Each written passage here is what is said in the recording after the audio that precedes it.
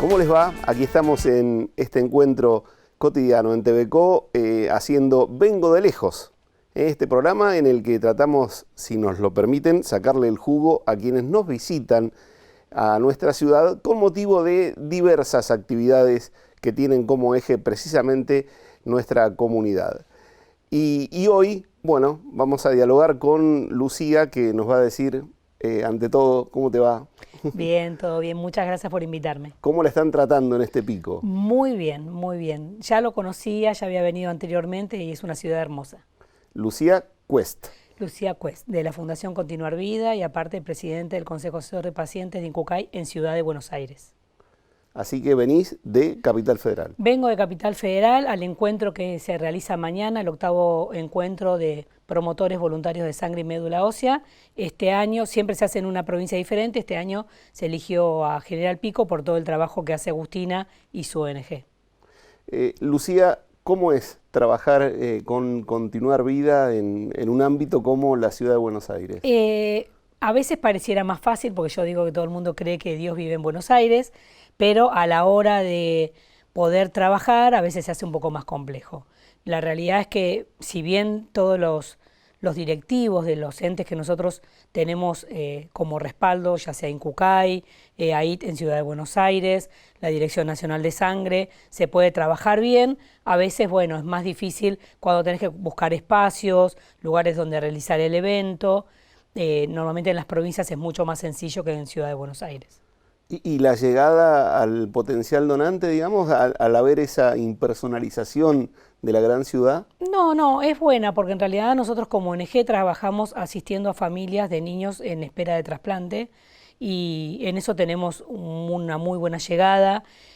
Entendemos que casi siempre todos los chicos que necesitan un trasplante de médula o de órganos se atienden básicamente en Garrahan, en Favaloro o en Italiano y son de las provincias, con lo cual todo ese desarraigo que tienen de haber perdido sus tíos, abuelos, padrinos, que eran su contención, pasamos a ser un poco nosotros. Nosotros hacemos de tíos postizos, de abuelos postizos, claro, de padres postizos para sus papás, porque son chicos jóvenes muchas veces, que vienen con el nene con una patología que capaz que en la provincia no terminan de identificar cuál es, y los mandan al hospital, y en el hospital a veces los hacen quedarse. Entonces nosotros asistimos en todo lo que tenga que ver, desde alimentos hasta ropa, porque a veces vienen con lo justo, pensando que solo es una consulta y después termina siendo algo un poco más complejo. Y con respecto al donante, el donante es algo que yo batallo hace muchos años, que la donación no tiene que ver con la población, sino con los centros de salud. Yo creo que en los centros de salud hay un poco de dureza a la hora de entender que ya las familias, las poblaciones, la sociedad quieren donar, quieren ser donantes, o sea que y el todo sistema, depende... viste, de repente si vos vas a un banco de sangre que te dice que atiende solamente de 8 a 10 y vos no podés ir de 8 a 10, es como que te quedás sin donar sangre. Te quedaste afuera. Y si vas y de repente hay bancos de sangre que todavía te dicen, no, si tomaste leche ya no podés donar sangre, que es un mito. Entonces ya tomaste un café con leche, no puedes donar. Entonces a veces los bancos de sangre les cuesta un poco ser permeables. Hay algunos que sí. Nosotros con los que estamos trabajando sí lo son, que de repente el horario es más extendido, que de repente hacen colectas externas en lugares donde a la gente les es más sencillo donar, porque convengamos que ir al hospital ya te da un poco, no porque tengas miedo que te pase algo vos, sino que te sensibilizás con el entorno, y a veces uno no tiene muchas ganas. Le adjudicás, digo, una importancia determinante al vínculo que logra establecer el centro de salud con su población. Exactamente. El centro de salud que dice, bueno, Agustina, vos, consigo una escuela para hacer la colecta de sangre, y se compromete el equipo del banco de sangre a hacerlo, va a lograr mayor cantidad de donantes. ¿Por qué? Porque la persona tiene un horario más flexible, porque a la escuela va y lleva al hijo, entonces avisan en el trabajo que va a llegar una hora más tarde y ya dona, que no es lo mismo que tener que ir sí o sí al centro de salud a hacerse ese tiempo para ir a donar. ¿Y cómo estamos en el país a nivel legal, digamos? ¿Cómo cómo se mueve el sistema de donación, amparados bajo qué ley, cómo es ese esquema. Mira, ahí nosotros tenemos como dos aspectos, porque como tocamos sangre y médula ósea, sangre se hace a través de dirección de sangre y médula ósea a través de INCUCAI. INCUCAI tiene reglamentaciones, pero la dirección de sangre tiene normativas. Entonces, cuando vos aplicás una normativa es algo que recomendás, no que obligás. Entonces ahí viene esto de que en un banco de sangre te dicen si tomaste leche no donás, si tuviste hepatitis, ¿entendés? Empiezan como a discrepar un poco. Hay lugares donde hasta determinada edad, que es 60, cuando la realidad es hasta 65. Entonces, al ser una normativa y no ser algo obligatorio en algunos aspectos... Es más laxo, digamos. Es más laxo. Entonces te pasa que un donante te dice, no, pero ¿por qué? Si acá puedo donar, en este otro no puedo donar. Yo lo que siempre digo es que es imposible pelear con eso, porque la dirección de sangre intenta unificar criterios y los bancos de sangre no siempre van de la mano. Entonces, si ellos no lo consiguen, que son el ente regulador, imagínate vos que sos el promotor o el donante. Entonces le digo, bueno, acércate en el cual vos te sientas más cómodo y te hayan atendido de una mejor manera. Lo importante es que la persona voluntaria done sangre. Si es en un banco chiquito, si es en un banco grande, si es en el que le queda cerca del trabajo, si es el que le queda cerca de la casa, no importa, sino generar el hábito de la donación voluntaria. Porque una vez que se hace a ese hábito, ya empieza mismo el donante a limar la aspereza en cierto banco y decir, no, pero mira que me dijeron que, y capaz que si la agarra con una chica dice, bueno, dale, donamos, y se empieza un poquito. Yo siempre digo que... Y se adquiere el hábito y la disciplina. Exactamente. Digamos. El hábito no solamente ayuda a la persona que lo recibe, sino que te ayuda a vos como persona, porque empezás a tomar conciencia de qué situaciones te ponen en riesgo de no poder donar. Entonces empezás a decir, no, bueno, si me voy a hacer un implante, dono primero y después me hago el implante, porque después no puedo donar por 6 meses. Empezás a entender un poco la dinámica y a comprometerte con lo que estás haciendo. Te invitamos, Lucía, a esta primera pausa en Vengo de Lejos. Estamos dialogando con Lucía Quest aquí en TVCO.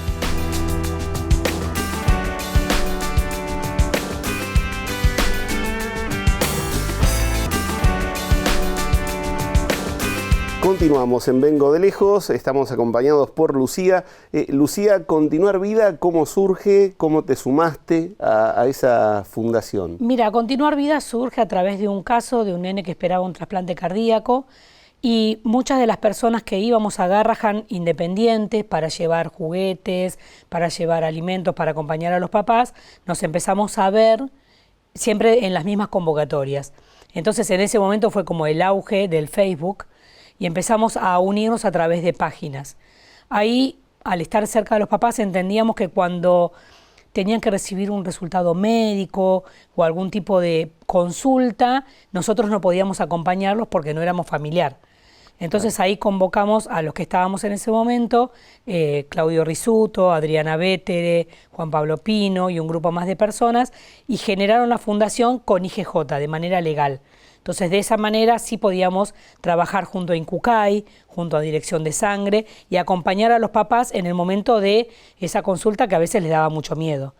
Ahí empezamos a trabajar más o menos 2012-2013 y a principios del 2014 ya logramos tener la fundación. A partir de ahí empezamos a trabajar y hasta el día de hoy seguimos haciéndolo. ¿Y siempre vinculados mucho al Garrahan? Mira, siempre vinculado mucho a los entes gubernamentales que manejan esto porque entendemos que pelearse con los que tienen la batuta no sirve de nada. Entonces siempre trabajábamos a la par.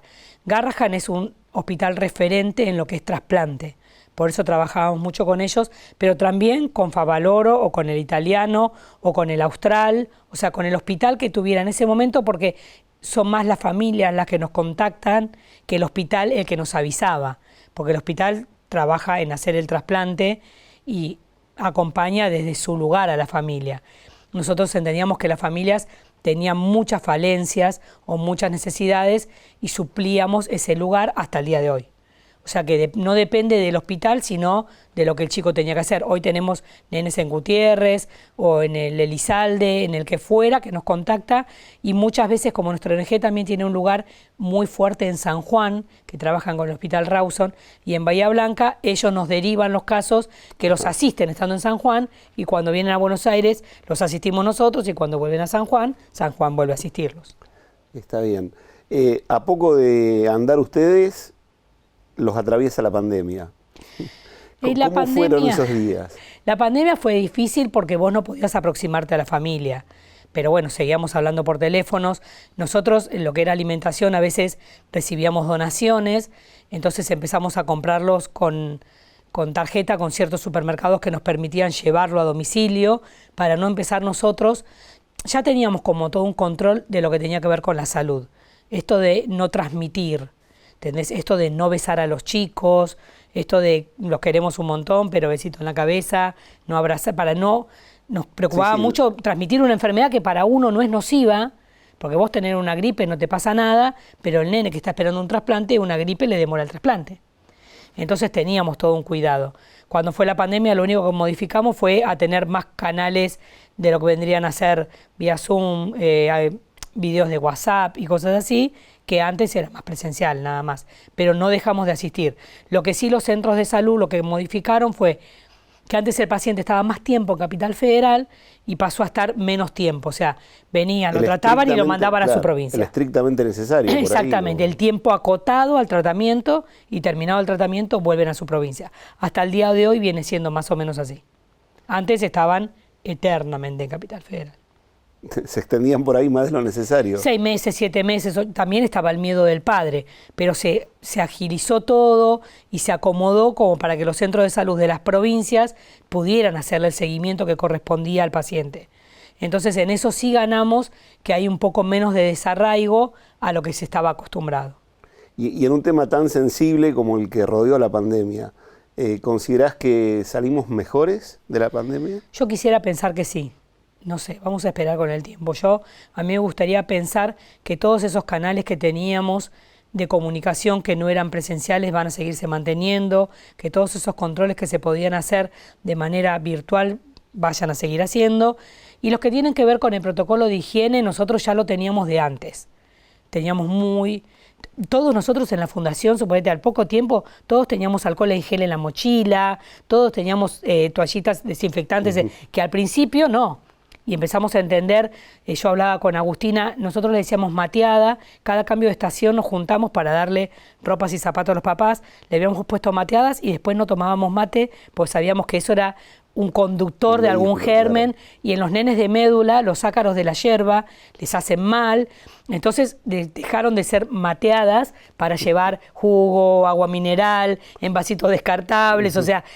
Lo empezamos a darnos cuenta al recorrer el camino, independientemente de la pandemia. Lo que hizo la pandemia es afianzar eso que nosotros teníamos como costumbre al darnos cuenta que era casi esencial. Muy bien. ¿Y esa pandemia en el otro aspecto, en el psicológico? No, en el psicológico seguimos igual. Sí, hay gente que de repente está menos presente que antes, pero seguimos igual que antes. O sea, los que estamos, la importancia nos sigue pareciendo igual. Siempre no habría un quiebre del gesto solidario, digamos. No, siempre decimos que entendemos que nosotros somos sanos y que somos los que tenemos que ayudar a aquel que no lo está, porque el que no lo está, la está pasando muy mal, esa familia tiene que contener al niño o al adulto, y nosotros que no estamos pasando por eso tenemos las herramientas suficientes para poder darle un poco de acompañamiento y de amparo ante los nervios, la incertidumbre. Nadie quiere tener un familiar enfermo, entonces en ese momento necesitan un acompañamiento con palabras claras. Eso la pandemia no lo modificó. ¿Y se advierte hoy una mayor demanda en el hospital público, digamos? ¿Es más la gente que hace un tiempo atrás concurría a atenderse? No, siempre Garrahan fue muchísima gente, el Gutiérrez fue muchísima gente y sigue siendo muchísima gente. No, en el tiempo de pandemia se hicieron menos trasplantes, lógicamente, porque al dejar de circular, dejó de circular todo. ¿Entendés? También las enfermedades dejaron de circular y también se mantuvo un control estricto de lo que se hacía. No significa que nadie no tuvo sus trasplantes, pero fueron más difíciles. Entonces, yo siempre digo, antiguamente un trasplante se indicaba únicamente cuando no había ninguna oportunidad de nada. Hoy se entiende que el trasplante te da una mejor sobrevida en muchas otras enfermedades. Entonces se indica en más enfermedades que antiguamente. En la pandemia se volvió a acotar por un tema de los contactos, los lazos y demás, y hoy se volvió a la normalidad. Y en cuanto a disponibilidad, eso no se afecta, No, digamos. no Eso... se afecta en lo más mínimo. La gente capaz que tiene más miedo, la que no está enferma, ¿entendés? Pero la que está padeciendo una enfermedad sigue teniendo de nuevo su atención y todo va a volver a la normalidad. Yo creo que está más asustado el sistema de salud que la gente. Y Lucía, y con respecto a el consentimiento que hoy das, distinto al que se daba antes, en que tenías que dejar sentado... Se deja sentado igual. Voy a desmitificar algo, la ley 27447, lo único que modificó es que en vez de preguntarle al familiar, se constata lo que la persona dijo. Nosotros desde 2003 todos somos donantes presuntos. Todos somos donantes a menos que no hayamos dicho lo contrario. Claro. Lo que cambia esta ley es que antiguamente el médico le preguntaba al familiar si sabía, de no encontrarlo en los registros, claro, de no encontrarlo en los registros, se le preguntaba a la familia y la familia decidía. Lo que modificó la ley es que la familia no decide más. O sea, si la persona no dejó por escrito que no es donante, es donante. Eso siempre fue así, solamente que ahora el médico lo decide y no lo decide la familia. Por un lado le quita el peso a la familia, que la familia yo siempre digo, la persona que va a ser donante de órganos es una persona que estaba bien, saludable, que salió a la calle y por un accidente cerebrovascular o un accidente automovilístico o algo por el estilo, pasa a tener una muerte encefálica en un hospital, que es la única manera que puedas donar un órgano. Si vos falleces en la vía pública no podés donar un órgano. Esa persona que gozaba de buena salud de repente no tiene más salud. Entonces, a la familia que se la llama, es seguramente una familia que a la mañana le dijo, hola, ¿cómo andás? Bueno, a la noche comemos pollo con papa al horno, y le están diciendo, tu familiar tiene muerte encefálica. Entonces, es muy difícil para esa familia, aparte, pensar si va a donar o no los órganos, porque todavía no entiende el concepto de que ese familiar se le murió. Y mucho más porque normalmente cuando vos entras a un nosocomio, se te ponen con todas las máquinas para revivirte, para intentar luchar con tu vida, y cuando el cerebro muere, que es el único órgano que no se puede revivir, porque el corazón, como lo muestran todas las películas, te dan con las paletitas, te hacen, y poder revivir el cerebro no, neurona muerta, neurona que no revive, cuando tiene muerte encefálica está declarado muerto, pero está conectado. Entonces vos lo ves conectado. Entonces es muy difícil para la familia entender eso. Entonces, en toda... La ley en sí, digamos, lo que hizo fue... Lo único que hizo que esa familia, en vez de tener que pasar por todo eso de ese peso, el médico se fija si era o no donante, si dijo que no, no es donante, y si dijo que sí o no expresó nada, es sí. Pero uno sigue pudiendo, vos podés seguir mandando. En Mi Argentina te inscribís como donante, cuando sacás el DNI te inscribís como donante, exacto. La licencia a conducir no, y podés, si no, mandar un correo, una carta documento a Incucay diciendo que querés ser donante. De esas tres maneras vos quedás inscripto. Entonces el médico, el Sintra es un registro muy grande que tiene Incucay, donde el médico se mete y te dice si esa persona dio su voluntad o no. Y a partir de ahí sos o no donante. Lucía, te invitamos a realizar otra pausa. Perfecto. Y continuamos el diálogo con Lucía Quest, que nos visita en General Pico en el contexto de este Encuentro Nacional de Promotores de la Donación de Sangre y Médula Ósea.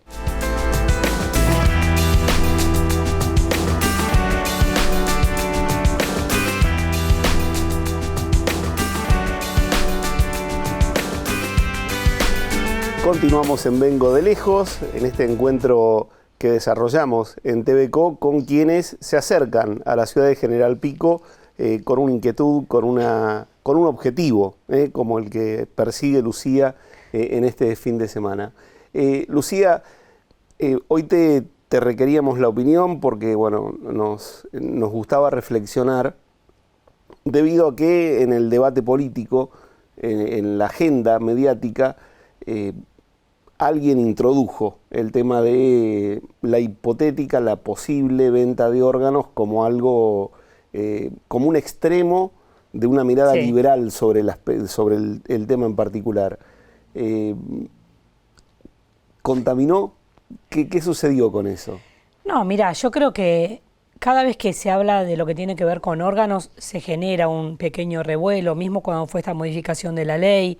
la gente empieza a pensar, a preguntar, a interiorizarse, agarra miedos, no miedos, o sea, tiene que ver con un poco de conciencia de lo que está pasando. Hay mucho preconcepto. Hay mucho preconcepto, hay mucha gente que sigue teniendo miedo, como yo digo, a la combi blanca, a esa combi que supuestamente te secuestra, te saca un riñón y te deja en algún lado. Yo siempre explico que un órgano tiene que tener una histocompatibilidad con la persona y aparte una antropometría, o sea, peso, altura, dependiendo del órgano, si puede o no puede. Nadie puede pasar por la calle y decir este me sirve y servirle.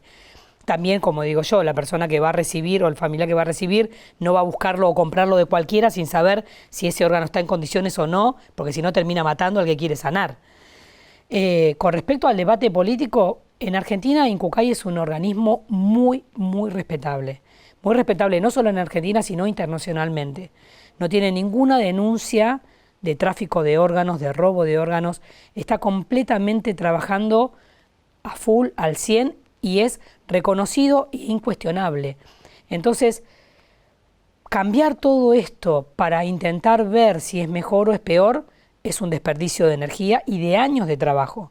Todo el tiempo, el personal de Incucay, del doctor Zorati, hasta las personas que van a conocer mañana, Valeria Campos, Adriana, Lali, le decimos así de cariño, son personas que trabajan hace muchísimos años en Incucay, con un trabajo arduo, que todo lo que hacen es por beneficio del donante y del receptor. Pensar que alguien puede así libremente decir, no, bueno, a partir de mañana vendemos, a partir de mañana regalamos, me parece no solamente incoherente, sino una falta de respeto, ¿entendés? Hacia todo lo logrado. Lo diga quien lo diga, a mí no me importa de qué partido político, sí. No, me parece que es desmerecer el trabajo que se hace. Yo entiendo que uno tiene libertad en un montón de cosas, pero también entiendo de que está bien, te va mal en la vida, vendés un riñón. En Argentina el pulmón no se puede trasplantar de a uno, o sea que normalmente ponerle un riñón, es lo único que va a poder vender. El día de mañana tenés un problema, vas a tener que vos que vendiste comprar uno. ¿Con qué plata? Si lo vendiste, pues no tenés plata. Entonces estamos degradando la salud de una persona en una hipotética cantidad de dinero que el día de mañana, si lo necesita, tampoco lo va a tener. Entonces estamos entrando en una vorágine de tirar ideas sin un respaldo de lo que estás diciendo. O sea, es como cuando un chico te tira una idea, porque sí, porque se le ocurrió, y vos lo mirás y decís, es impracticable, hijo, ¿qué me estás diciendo? Bueno, yo creo que esta persona, capaz que en una ansiedad por encontrar gente que esté de acuerdo, porque no te olvides que en la desgracia todo el mundo se desespera. Entonces puede haber personas que hoy en un momento de desesperación piense que eso está positivo, ya sea económico o por necesidad de un órgano. La realidad es que a la practicidad es impracticable y la realidad es que a todo el trabajo del voluntario se lo derribás en el momento. Porque todo lo que nosotros hacemos hace años, es decir, lo mejor en los indicadores de salud es que todo sea voluntario, altruista y habitual. Si vos decís que vas a vender, dejás lo voluntario de lado. Ya sea como antes, el donante de reposición de sangre era alguien que vendía su sangre, porque recibía muchas veces dinero de alguien porque iba a donar. Y eso daba unos indicadores que encontrabas muchas enfermedades y patologías en esa sangre que donó. Entonces estaba donando una sangre que iba a perjudicar al receptor. Entonces ya eso se vio y ya se supo que no era bueno. ¿Por qué volver para atrás? ¿Por qué perder todo el terreno ganado? Eso es lo que no se entiende. Claro, fue un camino recorrido que es muy difícil de recorrer, claro. Porque aparte fueron muchos años de entender que el de reposición, el donante de sangre de reposición, no era lo mejor que podíamos tener y trabajar para ser donante voluntario, 100%, como tiene el Garrahan, fueron muchos años para lograrlo. Para que alguien hoy venga y diga, no, alegremente, no, esto no sirve más. Es muy raro, es muy difícil, es muy debatible y bueno, esperemos que no tengamos que debatirlo. Hoy ustedes hablaban o hacían una referencia y cada vez que pronuncian siempre está la palabra red, la palabra solidaridad, sí. La palabra encuentro, digamos, son todas palabras que el dinero no tiene nada que hacer ahí, digamos. No tiene nada que hacer porque ninguno de los voluntarios cobra nada. Los voluntarios normalmente son personas que algo los impactó, algo los llevó a acercarse a este lugar, ya sea por un caso o como yo contaba hoy, ninguno de nosotros tenía un caso, por lo cual acercarse a ser voluntario, pero nos pareció que era una manera de ayudar. Todo eso no tiene nada que ver con plata, con partidos políticos, con ideales raros, todo tiene que ver con que sabes que hay alguien que necesita y que vos en este momento podés ayudarlo. Yo siempre digo, la solidaridad va más allá de un paquete de fideos, sino darle al que necesita lo que necesita, independiente de lo que yo tenga que trabajar para poder dárselo. Porque es muy fácil decir soy solidario dándole algo que a mí me sobra o no necesito. Es mejor decir soy solidario dándole a la persona lo que realmente necesite, por más que a mí me lleve trabajo para dárselo. Muy bien. Aparte de esto, ¿a qué se dedica Lucía? Nada, ¿Todo abocado a esto? Estudié como acompañante terapéutico y soy una persona mayor, con hijos grandes, independientes, gracias a Dios, y no los echo de casa, para que hagan su vida. Para mí los chicos tienen que seguir su camino, entonces tengo tiempo. Me parece que es valioso el poder ayudar a alguien cuando ese alguien está en una condición que no puede resolver todo solo, y me gusta, me parece que es muy noble poder ayudar a las personas cuando ellos las necesitan y no cuando nosotros tenemos tiempo. Lucía, ha sido muy amable, te agradecemos Gracias. infinitamente la visita. Gracias, los esperamos mañana en el encuentro, pueden venir, no necesitan más nada que las ganas de venir, escuchar. Va a haber gente referente de todo el país, de Dirección de Sangre de Nación, la doctora Cooperman de Garrahan, la gente de Incucay, así que va a ser un evento muy rico para cualquiera, porque capaz que hoy no es un promotor voluntario y mañana sí quiere hacerlo. Ojalá se llene y explote de promotores. Esperemos que sí. Así es. A ustedes muchas gracias, nos reencontramos en nuestro próximo Vengo de Lejos.